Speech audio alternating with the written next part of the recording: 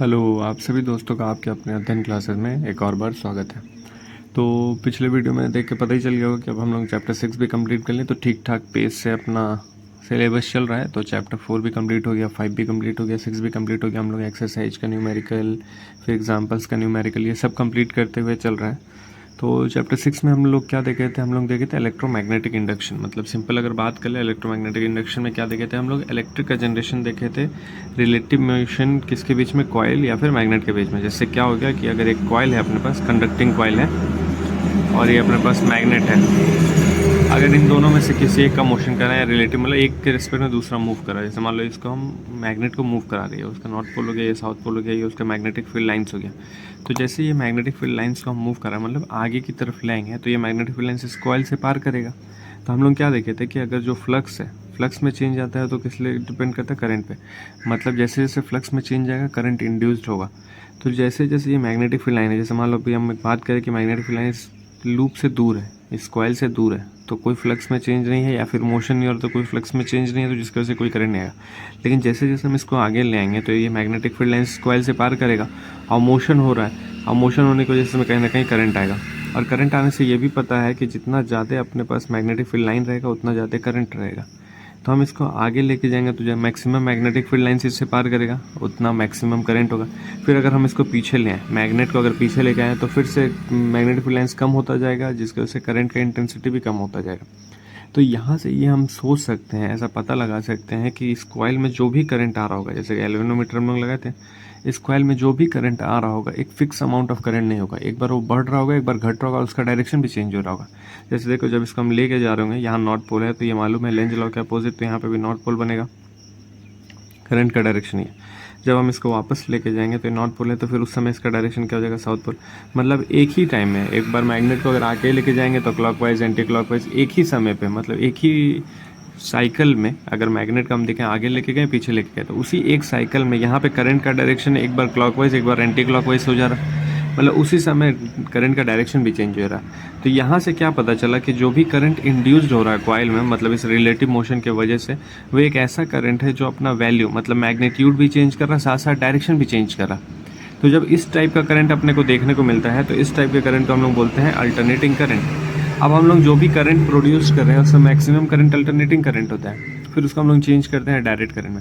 अब direct current कैसे पता चला? डायरेक्ट का मतलब जिसका वैल्यू चेंज ना हो। जैसे हमको जो दिख रहा होगा, मैग्नीट्यूड जो दिख रहा होगा किसी भी करंट का, वो फिक्स रहेगा, उसका डायरेक्शन चेंज नहीं होगा, तो उसको हम लोग कहते हैं डायरेक्ट करंट। तो मतलब फिलहाल हम लोग बात कर ले टाइप ऑफ करंट में, तो अपने पास दो तरीके का करंट होता है, एक तो एसी और दूसरा डीसी। ये नहीं कि पहली बार तुम लोग सुन रहा होगा, सुना भी होगा, एसी और डीसी। एसी कहने का मतलब हो गया अल्टरनेटिंग करंट, डीसी कहने का मतलब हो गया डायरेक्ट करंट। तो ये जो अपना चैप्टर है, मतलब जो चैप्टर नंबर 7 है, उसमें हम लोग को पढ़ना है अल्टरनेटिंग करंट के बारे में। क्यों पढ़ना है? क्योंकि पिछले चैप्टर में हम लोग करंट का जनरेशन किए थे। अब यहाँ पे जो करंट का जनरेशन हो, किस टाइप का करंट है? Alternating current. तो इसी के बारे में जाना जाए। देखो बहुत सीक्वेंस में है चैप्टर, अगर समझा देखा जाए तो बस अपने को पढ़ते चलना है, अरेंज करके दिए हैं लोग, अपने को बस पढ़ते चलना है। तो अपने चैप्टर का नाम क्या है? Alternating current. अल्टरनेटिंग देखो क्या होता है? अल्टरनेटिंग का ही मतलब होता है चेंज करके। तो अल्टरनेटिंग का मतलब खुद ही हो गया अपने आप में चेंज करके, तो ऐसा करंट जो चेंज होता रहेगा। अब चेंज होता रहेगा तो उसका डेफिनेशन जान लिया जाएगी, क्या डेफिनेशन हो जाना चाहिए। तो क्या हेडिंग है अपने पास? Alternating current. ठीक है, तो अल्टरनेटिंग करंट में क्या लिख लेंगे? इट इज़ दैट करंट, इतना इंग्लिश तो आती होगा तुम लोग को, जो क्या करता है, whose magnitude and ऐसे लिखो, whose magnitude changes continuously, magnitude changes continuously with time। Time के हिसाब से उसका मैग्नीट्यूड चेंज होगा, और जो डायरेक्शन है वो भी तो चेंज होगा, और डायरेक्शन रिवर्स, मतलब एक बार आगे तो एक बार पीछे, एक बार क्लॉकवाइज तो एक बार एंटी क्लॉकवाइज, पीरियोडिकली। मतलब ये भी एक टाइम इंटरवल के बाद डायरेक्शन भी रिवर्स होता है। तो अल्टरनेटिंग करंट का डेफिनेशन क्या होगा? एक ऐसा करंट है जिसका मैग्नीट्यूड जो होगा चेंज होगा, लगातार चेंज होता रहेगा टाइम के हिसाब से, और जो डायरेक्शन है उसके करंट का वो भी एक हिसाब में चेंज होता रहेगा। ग्राफ देखा जाए,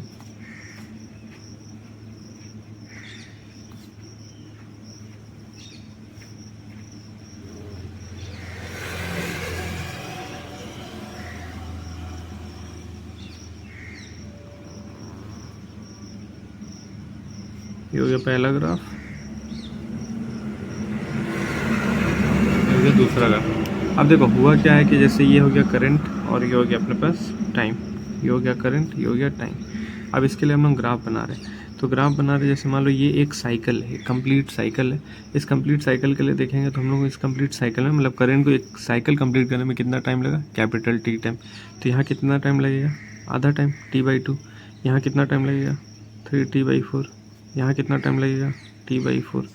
मतलब ये जो मैक्सिमम वैल्यू उसके लिए बात करें या जो मिनिमम वैल्यू उसके लिए बात करें, तो एक ही साइकिल में अपने को एक बार मैक्सिमम वैल्यू मिलेगा और एक बार मिनिमम वैल्यू मिलेगा। मिनिमम वैल्यू मतलब डायरेक्शन के हिसाब से है यहाँ पे। अब ये जो ग्राफ बनता है, अगर मैथ्स वाले स्टूडेंट होंगे तो उनको आइडिया होगा कि ये वाला ग्राफ किसके लिए होता है, साइन के लिए होता है। ये वाला ग्राफ किसके लिए होता है, कॉस के लिए होता है। तो यहाँ पे अब क्या देखने को मिल रहा है, जैसे देखो यहाँ पे टाइम कितना था 0। जब टाइम 0 था तो करंट कितना था 0। लेकिन यहाँ पे बात कर लेंगे जब टाइम 0 है तो करंट मैक्सिमम है, जो भी हो लेकिन मैक्सिमम करंट है। लेकिन जैसे जैसे टाइम आगे बढ़ रहा है तो करंट का वैल्यू क्या होता जा रहा, कम होता जा रहा। अब जब करंट का वैल्यू कम होता जा रहा तो कहीं ना कहीं एक ऐसा टाइम आएगा कि फिर से करंट का वैल्यू मैक्सिमम मिलेगा। वो करंट का वैल्यू मैक्सिमम यहाँ मिल रहा। ये कौन सा टाइम होगा, टी टाइम, जैसे ये समझाया, ठीक है। जैसे 0 हो गया, दूसरा अपने को यहाँ मिलेगा t/4, यहाँ मिलेगा t/2, यहाँ मिलेगा 3t/4, फिर यहाँ मिलेगा अपने को कैपिटल टी। और एंगल के हिसाब से देखेंगे, मतलब पाई के हिसाब से देखेंगे तो यहाँ π/2 बनता है, यहाँ पाई बनेगा, यहाँ 3π/2 बनेगा और यहाँ 2π बनेगा। ठीक है, इतना समझ आ रहा होगा। तो ये कुल मिला के अल्टरनेटिंग करंट का अगर हम लोग को फिगर बनाना हो, डायरेक्शन के साथ बताना हो, तो ये कुछ हम बना सकते हैं जिसको हम लोग ग्राफ बोल दें। अब देखो यहाँ पे जब कभी भी ऐसा ग्राफ बन रहा है तो कहीं ना कहीं अपने पास बनेगा एंगुलर फ्रिक्वेंसी। अब उस एंगुलर फ्रिक्वेंसी को देखा जाए तो क्या है अपने पास, एंगुलर फ्रिक्वेंसी। एंगुलर फ्रिक्वेंसी को किससे लिखते हो, ओमेगा। ओमेगा का फॉर्मूला क्या हो जाता है 2π/, ठीक। और टी यहाँ पे क्या होता है, टाइम पीरियड। टी अभी हम बताएं टी क्या है, टाइम पीरियड। कैसा टाइम पीरियड है, पूरा एक साइकिल के लिए time period for complete one wave. ये जो पूरा एक वेव बन रहा है उसके लिए टाइम पीरियड। फ्रीक्वेंसी का यूनिट क्या होता है, हर्ट्ज। इतना तो मालूम है, अब इतना ज़्यादा नहीं लिख रहे हैं। तो ये हो गया अल्टरनेटिंग करंट के बारे में बेसिक जानकारी। अब वैसे ही बेसिक जानकारी हम लोग ले लें डायरेक्ट करंट के बारे में, कि डायरेक्ट करंट क्या होता है। तो जैसे अल्टरनेटिंग करंट के बारे में बात हुआ है, जिसका मैग्नीट्यूड और डायरेक्शन कंटिन्यूसली चेंज होता रहेगा, डायरेक्शन रिवर्स होता रहेगा पीरियडिकली, लेकिन डायरेक्ट में ऐसा कुछ भी नहीं होगा। तो ये क्या है, इट इज़ दैट करंट, ये उस तरीके करंट है जिसका मैग्नीट्यूड और डायरेक्शन क्या रहेगा, हमेशा सेम, ये चेंज नहीं होगा। अब जब चेंज नहीं होगा तो इसके लिए ग्राफ अगर बनाए तो ग्राफ कैसे बन जाएगा, जैसे मान लो ये हो गया आई, ये हो गया टी। तो यहाँ जो भी करंट है उसका वैल्यू फिक्स। तो मान लो वैल्यू फिक्स हम ये कर दिए, मैग्नीट्यूड फिक्स, और डायरेक्शन भी चेंज, मतलब इसी डायरेक्शन में कंटिन्यूसली मूव होता जाएगा। तो ये जो ग्राफ है अपने पास किसका ग्राफ हो गया, डायरेक्ट करंट का। अब कुछ ग्राफ देख लिया जाए जिससे हम लोग ये पता लगा सके कि ग्राफ देख के अगर पता लगाना हो कि AC है कि DC है, वो कैसे हम पता लगाएंगे। तो कुछ ग्राफ की मदद से सीख लिया जाए, 2-4 ग्राफ है, देख लिया जाए। तो एक बार कोशिश करना तुम लोग ही समझने बताने का कि ये किस करंट का ग्राफ है। हम बना दे रहे हैं 3-4।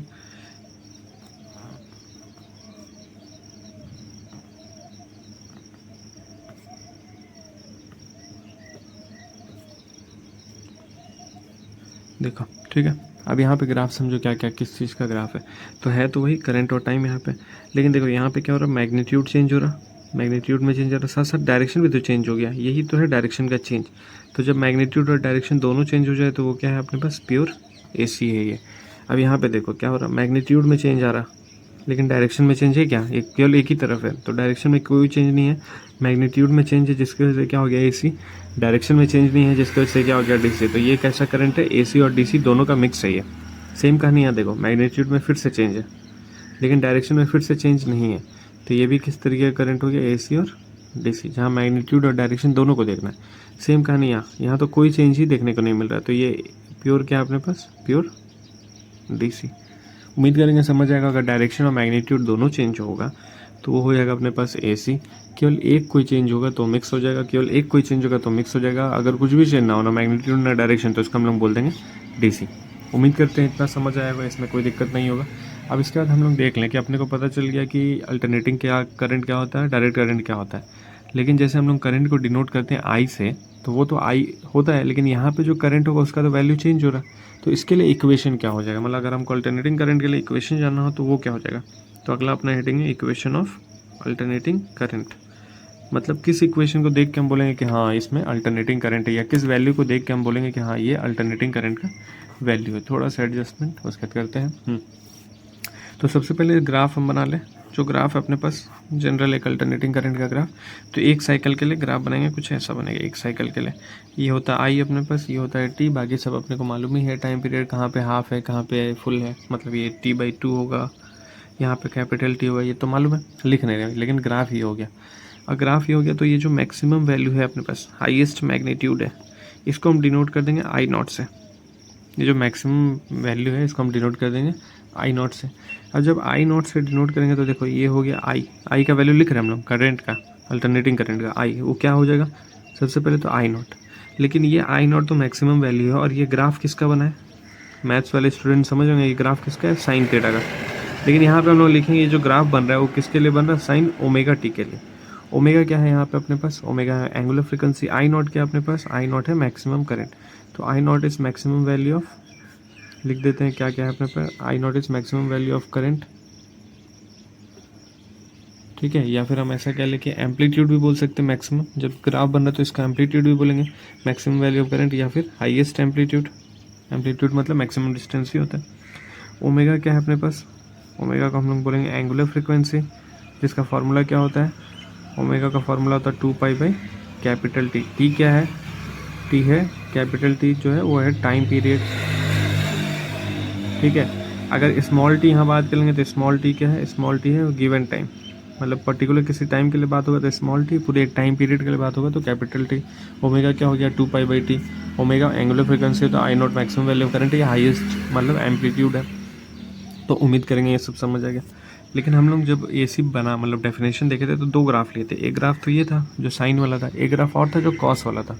अगर कॉस वाला ग्राफ आएगा तो इक्वेशन क्या होगा, तो एक इक्वेशन तो ये मिल गया अपने को अगर साइन वाला ग्राफ दिखाई दिया। अगर कॉस वाला ग्राफ दिखाई देगा तो क्या इक्वेशन बन जाएगा वो भी देख लिया जाए थोड़ा सा, जिसके लिए पेज पर लिखना पड़ेगा हमको, थोड़ा सा तुम लोग संघर्ष करो तो दिख तो रहा होगा। ठीक है, तो ग्राफ बनाते एक छोटा सा,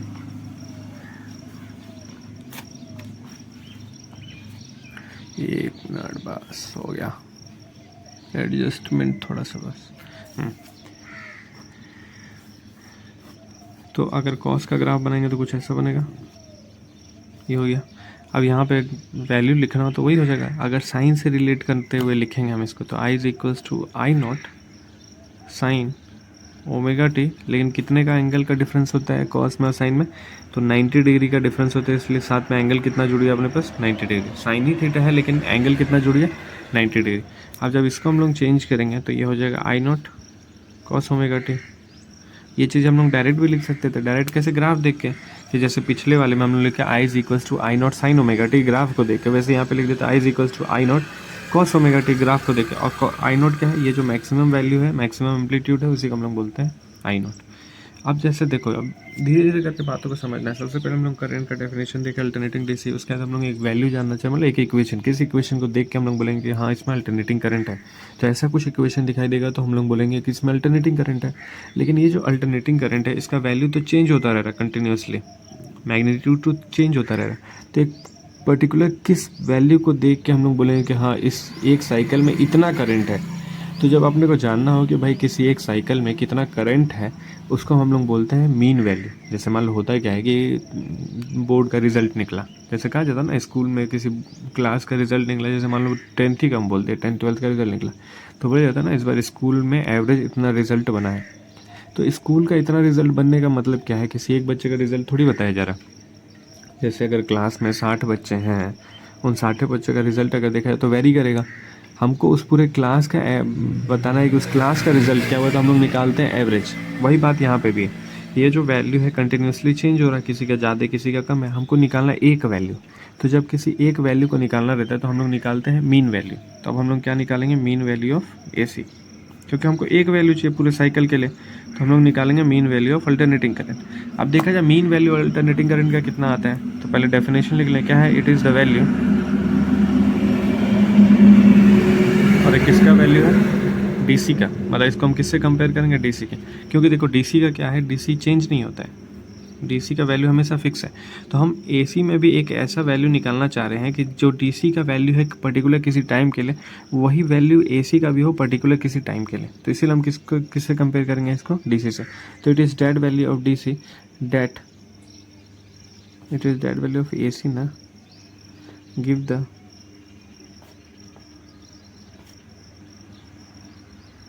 same amount of charge as given by DC in same time interval,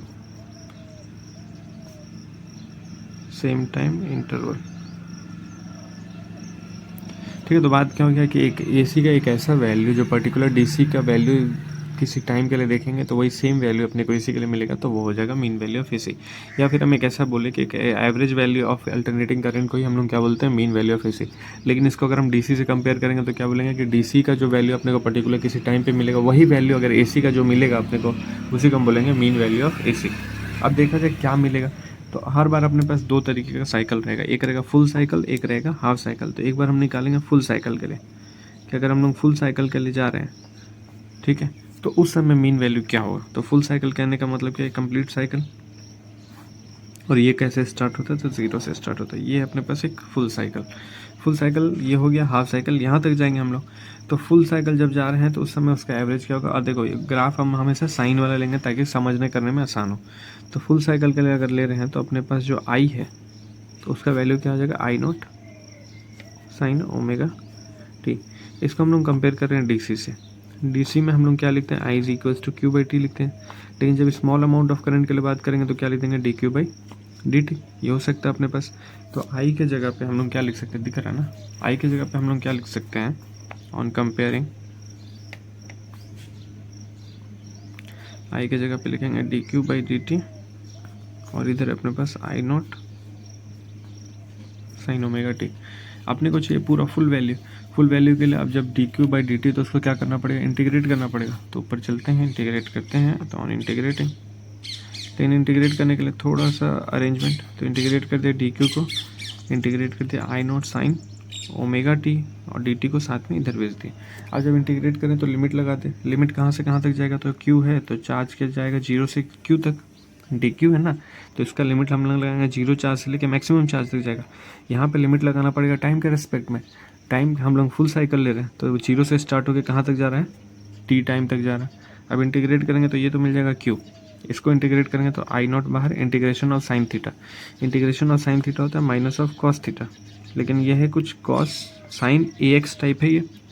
जैसे यहाँ पे लिख देते हैं integration of sine A x D x, ये तो इसका हो जाएगा minus of cos A x, ठीक है, माइनस ऑफ कॉस थीटा। साथ में अपॉन में ये जो पार्टी है उसको लिखना पड़ेगा, जिसको हम लोग कर, जैसे ए एक्स डी एक्स था ना, तो एक्स के डी एक्स के रिस्पेक्ट में था, तो जो कांस्टेंट पार्टी उसको लिखना पड़ेगा। तो यहाँ पे कांस्टेंट पार्टी क्या है अपने पास, ओमेगा। और इसका लिमिट क्या हो जाएगा अपने पास, तो लिमिट हो जाएगा जीरो से टी। ये कुछ अपने को देखने को मिल रहा है। अब थोड़ा सा रीअरेंजमेंट, आई नॉट अपॉन में ओमेगा, यहाँ पे क्यू है, दिख रहा है ना, आई नॉट अपॉन में ओमेगा, यहाँ पे क्यू है, minus cos omega T zero से टी। यहाँ पे क्या लिखते हैं, upper limit minus lower limit. तो आई नॉट अपॉन में ओमेगा, अपर लिमिट मतलब cos omega capital T, plus हो जाएगा क्योंकि माइनस माइनस प्लस हो जाएगा कॉस जीरो, ठीक है। फिर आई नॉट अपॉन में ओमेगा, ओमेगा का वैल्यू क्या होता है, ओमेगा का वैल्यू होता है 2 पाई बाई टी। तो ओमेगा का वैल्यू यहाँ पे रख देते हैं 2 पाई बाई टी, क्योंकि टी से टी खत्म हो जाएगा। ये देखो एक एक स्टेप सोच के चलें। कॉस जीरो का वैल्यू क्या होता है, 1 लिख दिया। फिर आई नॉट अपॉन में ओमेगा, इसका वैल्यू होता है 2 पाई का वैल्यू होता है 1, ठीक है, 1 प्लस माइनस 1, तो कुल मिला के कितना आ गया 0। तो अगर दिख रहा है ना, तो बात क्या हो रहा है कि जब कभी भी हम लोग फुल साइकिल के लिए, यहाँ पे क्या है, फुल साइकिल के लिए अगर हम लोग अल्टरनेटिंग करंट निकालेंगे तो मीन वैल्यू कितना आ गया अपने पास, चार्ज का वैल्यू आ गया 0। अगर चार्ज 0 हो जाएगा तो फिर करंट कितना हो जाएगा। किसी भी अगर चीज़ में चार्ज 0 हो जा रहा है तो उस समय हम लोग करंट कितना मानेंगे, 0 ही मानेंगे, क्योंकि जब चार्ज है ही नहीं तो अपने पास होता क्या है, I is equals to d Q by d t. Charge है ही नहीं तो एवरेज करंट कितना हो जाएगा, तो I average is equal to यहाँ क्या मिल गया अपने को 0, ठीक। लेकिन इसका मतलब ये तो है नहीं कि उसमें करंट होगा नहीं, करंट तो था ही ना भाई, मीन वैल्यू ऑफ हम लोग अल्टरनेटिंग करंट निकाल रहे हैं, तो मीन वैल्यू में अपने को क्या मिल गया, एवरेज निकल गया 0। जैसे मान लो हम बोल दें कि अपने पास है 2 3 -5, इसका एवरेज निकालना है, तो इसका अगर एवरेज निकालना है तो एवरेज कितना आ जाएगा, 2 + 3 -5/3, ये नहीं करेंगे मीन निकालने के लिए, तो सॉल्व किया तो कितना आ गया 0। तो 0 आने का मतलब ये थोड़ी है कि सबके पास वैल्यू नहीं है, वैल्यू तो कुछ ना कुछ है, लेकिन हम एवरेज निकाले तो वो 0 आ गया, और एवरेज 0 आ गया तो फिर अपना काम खराब हो गया, क्योंकि अपने को ये मालूम है कुछ ना कुछ करंट है, लेकिन हम लोग जब सॉल्व करने गए तो उसका एवरेज वैल्यू कितना आ गया 0। तो ये आया किसके लिए, फुल साइकिल के लिए। अब यही चीज़ हम लोग देखेंगे हाफ साइकिल के लिए कितना आता, क्योंकि हाफ साइकिल में भी कुछ ना कुछ करंट होगा ही, अब वो करंट निकाला जाएगा हाफ साइकिल के लिए। हाफ साइकिल के लिए देख लीजिए, फॉर हाफ साइकिल कहानी वही रहेगा, बस किरदार बदलेगा। यही हो गया अपने पास वेव, ये है अपने पास T/2, मतलब ये है यहाँ से यहाँ तक जो है अपना हाफ साइकिल है, इसी के लिए मतलब है अपने को। तो हम लोग जानते हैं, झूठ लिख देंगे, वी नो, क्या जानते हैं भाई, I0 is equals to I0 sin ωt, ये होता है। अगर हाफ साइकिल के लिए बात करेंगे तो क्या लिमिट में बस चेंज होगा, बाकी सब वही रहेगा, आई ये होता है। फिर से ऑन कंपेयर करेंगे तो क्या लिखेंगे, dq/dt is equals to I0 sin ωt, dt को उधर भेज दें तो dq is equals to I0 sin ωt dt। On integrating, तो ऑन इंटीग्रेटिंग कहाँ से कहाँ इंटीग्रेट करेंगे, तो ये तो इंटीग्रेट होगा 0 से q तक dq, लेकिन ये जो इंटीग्रेट होगा, देखो यहाँ पे जो जिसके रेस्पेक्ट में हम लोग इंटीग्रेशन करते हैं उसी के रेस्पेक्ट में लिमिट लगाना होता है, तो t के रेस्पेक्ट में, और हाफ साइकिल है तो 0 से t/2 हो जाएगा, ये हो जाएगा कैपिटल Q, I0 बाहर आ जाएगा। इंटीग्रेशन ऑफ साइन थीटा क्या होता है, कॉस थीटा भी हम लोग देखे थे, कोई बदलाव नहीं आएगा, लेकिन कैसा कॉस थीटा, इंटीग्रेशन 0 से t/2 sin ωt dt, ये करना है। तो I0 साथ में ओमेगा भी बाहर आएगा, जो पिछला क्या था हम लोग, integration of sine theta minus of cos theta, और साथ में क्या होता है ओमेगा, तो ओमेगा ऑलरेडी बाहर लिख दिए, 0 से t/2, यहाँ क्यू चल रहा अपने साथ पाल के लेके चल रहे हैं उसको। फिर I0 omega minus of cos upper limit plus lower limit, मतलब 0 रखेंगे तो 0 ही हो जाएगा। फिर I0 ओमेगा का वैल्यू 2π/t और t/2 है, और माइनस ऑफ कॉस है, ये तो 0 ही आ गया, इसको मार दिया, 2 से 2 को मार दिया, क्या बचा कॉस पाई का वैल्यू कितना था -1, माइनस ऑलरेडी बाहर है अपने पास, प्लस क्या अपने पास कॉस 0 का वैल्यू 1 होता है ना यार, कॉस 0 था ये 1, I0 ओमेगा दिख रहा है, इतना लिखते जा रहे हैं हम, ठीक है। फिर I0 ओमेगा ये -1 हो जाएगा, ये 1 होगा, कुल मिला कितना आ गया 2, तो कुल मिला के जो वैल्यू आ गया वो कितना आ गया 2 I0 ओमेगा। ये क्या है, चार्ज का वैल्यू, मतलब ये अपने पास है Q का वैल्यू 2 I0 अपॉन में ओमेगा। अगर करंट निकालना है, करंट का फॉर्मूला क्या हो जाए, तो हम लोग निकालना है करंट का फॉर्मूला हो जाएगा Q/T। Q कितना है 2 I0 अपॉन में ओमेगा, साथ में क्या हो गया अपने पास T। अगर हम लोग बात करें कौन से टाइम के लिए बात करें, हाफ साइकिल के, तो ये T नहीं होना चाहिए, होना चाहिए T/2। टाइम पीरियड क्या अपने पास T/2, तो T की जगह पे क्या लिखेंगे T/2, ये ऊपर चला जाएगा, तो ऊपर जाने के बाद क्या देखने को मिलता है, कुछ वैल्यू पुट करके देखा जाए 2 I0, 2 ऊपर चला गया, ओमेगा का वैल्यू 2π/t, तो T भी ऊपर चला गया अपॉन में T, कुछ यही होगा 2T कैंसिल, 2 I0 अपॉन में पाई। तो मतलब यहाँ पे जो आई एवरेज देखने को मिला वो कितना देखने को मिला 2 I0 अपॉन में पाई। अब देखो 2 है, पाई का भी वैल्यू अपने को मालूम है, मतलब 3.14 होता है, 22/7 होता है, मतलब वैल्यू रख सकते हैं। तो जो वैल्यू रखा जाएगा तो कुल मिला के अपने को कुछ यहाँ मिलेगा 0.63 I0, मतलब इन दोनों को सॉल्व करेंगे तो मिलेगा 0.63।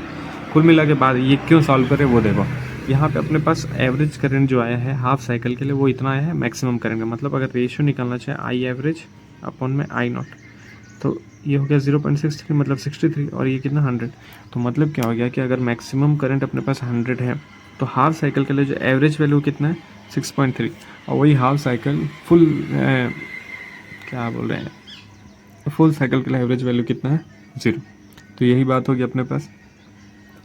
तो दो बातें हम लोग देखें अभी, करंट का वैल्यू देखें हाफ साइकिल के लिए, करंट का वैल्यू देखें फुल साइकिल के लिए। फुल साइकिल के लिए कितना आ गया 0, हाफ साइकिल के लिए आ गया 0.63 ऑफ मैक्सिमम करंट। लेकिन ये जो जीरो है इससे हम लोग संतुष्ट नहीं है, तो कुछ ना कुछ वैल्यू अपने को चाहिए रहता है। तो जब कुछ ना कुछ वैल्यू चाहिए रहता है, हम लोग निकाल के देखें भाई मीन वैल्यू से एक वैल्यू ज़ीरो मिल गया तो अपने को ज़ीरो संतुष्ट नहीं कर रहा है, तो जिसकी वजह से अब हम लोग को कुछ और निकालना पड़ेगा। वो जो कुछ और होगा उसको हम लोग बोलेंगे रूट मीन स्क्वायर वैल्यू या फिर इफेक्टिव वैल्यू या फिर वर्चुअल वैल्यू, जिसको हम लोग निकालेंगे अगले क्लास में। आज के लिए इतना रहने देते हैं। बहुत बहुत धन्यवाद। सारे लोग अपना ख्याल रखना, पढ़ाई करते रहना।